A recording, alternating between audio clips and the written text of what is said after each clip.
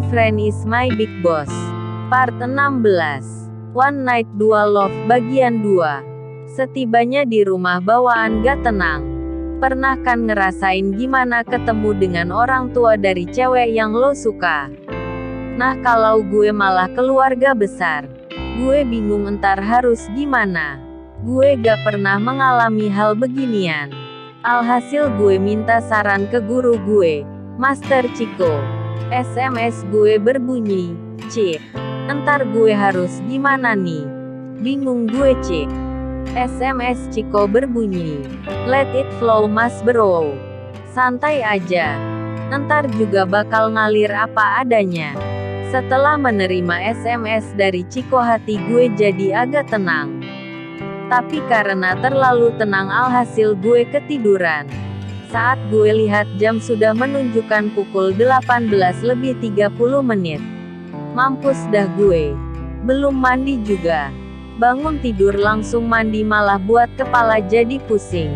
Mbak Mei berkata, "Mas Ren, ada temannya." Gue berkata, "Bentar Mbak Mei. Lagi dandan." Selesai berdandan, gue langsung nemuin Laras yang sudah nunggu dari tadi. Gue gak mau tampil jelek di pertemuan ini. Saat gue melihat Laras sangat cantik. Memakai dress berwarna putih. Cocok dengan badannya yang tinggi. Laras berkata, Gue berkata, "Kenapa Ras ngelihatin terus?" Laras berkata, "Ternyata gak salah ya pilihan aku. Yuk berangkat." Saat berkendara pun Laras tetap terlihat cantik. Gue berkata, "Kok gue deg-degan ya Ras?" Gue bingung. Padahal kita gak punya hubungan lebih. Tapi kok gue ngerasa kayak mau ketemu calon mertua. Laras berkata, "Hahaha. Udah santai aja kali Ren. Cuman dinner biasa kok." Akhirnya sampai juga. Mobil Laras stop di sebuah resto keluarga. Saat masuk gue melihat sudah banyak yang berkumpul. Makin buat gue jadi nervous. Laras berkata, "Ayo Ren duduk sini." Gue berkata, "Iya Ras." Laras berkata, "Kenalin Pah. Ini Randy." Gue berkata, "Halo Om. Selamat ulang tahun ya Om." Mampus. Baru sadar kalau gue gak ada nyiapin kado. Papa Laras berkata, "Makasih Dek Randy sudah mau datang." Dek Randy satu kelas dengan Nak Laras. Gue berkata, "Iya Om. Juga kerja di cafe-nya Laras Om." Papa Laras berkata, "Oh, rajin ya Dek Randy ini." Gue berkata, "Gak juga kok Om. Setidaknya bisa buat bantu biaya kuliah Om gajinya." Papa Laras berkata, "Wah bagus itu. Mandiri. Sekarang Dek Randy ngekos ya?" Gue berkata, "Tinggal di rumah teman Om." Papa Laras berkata, "Ngontrak rumah?" Gue berkata, "Gak juga Om. Kerja di rumah teman. Jadi diberi tempat tinggal di situ, tapi yang punya jutek Om." Papa Laras berkata, "Wah persis dengan Om dulu Dek Randy ini. Dulu Om juga waktu kuliah harus kerja sana sini biar tetap bisa lanjutin pendidikan. Awalnya dulu Om malah tinggalnya di masjid kampus karena merantau bawa uang pas-pasan." Gue berkata, "Wah salut deh sama Om. Sekarang bisa jadi sesukses ini." Papa Laras berkata, "Kalau memang niat, pasti Tuhan member jalan Dek Randy. Dek Randy juga harus bisa jadi seperti Om. Bahkan harus lebih." Gue berkata, "Amin Om." Laras berkata, "Ayo sudah ngobrolnya. Dimulai Pak acaranya." Saat acara dimulai Papa Laras member beberapa kata sambutan. Setelah itu acara inti. Makan gratis. Berbagai jenis makanan pun dihidangkan. Saat makan gue lebih banyak diam.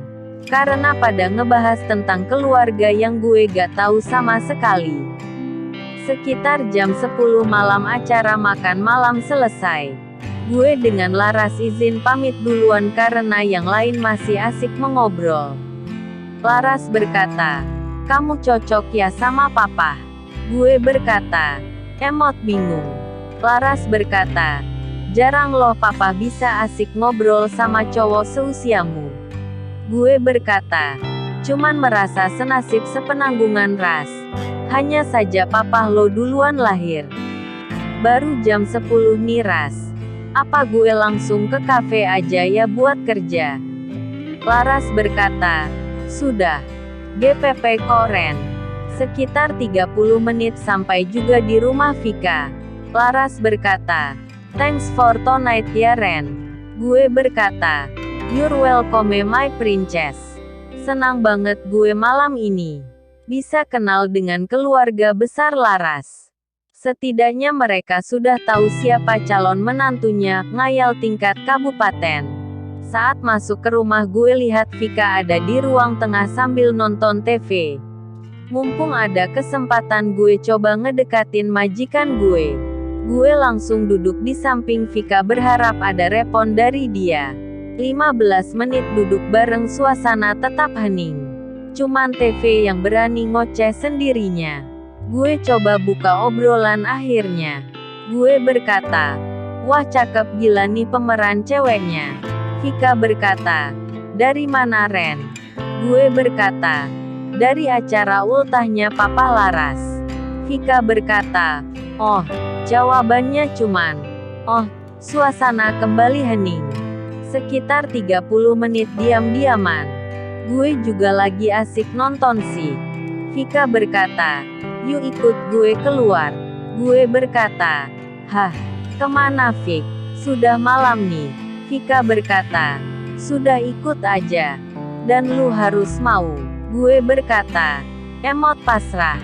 Vika langsung ngajak gue ke garasi lalu kita pergi ke sebuah toko 24 jam, Circle K. Vika berkata, mau minum apa ambil aja.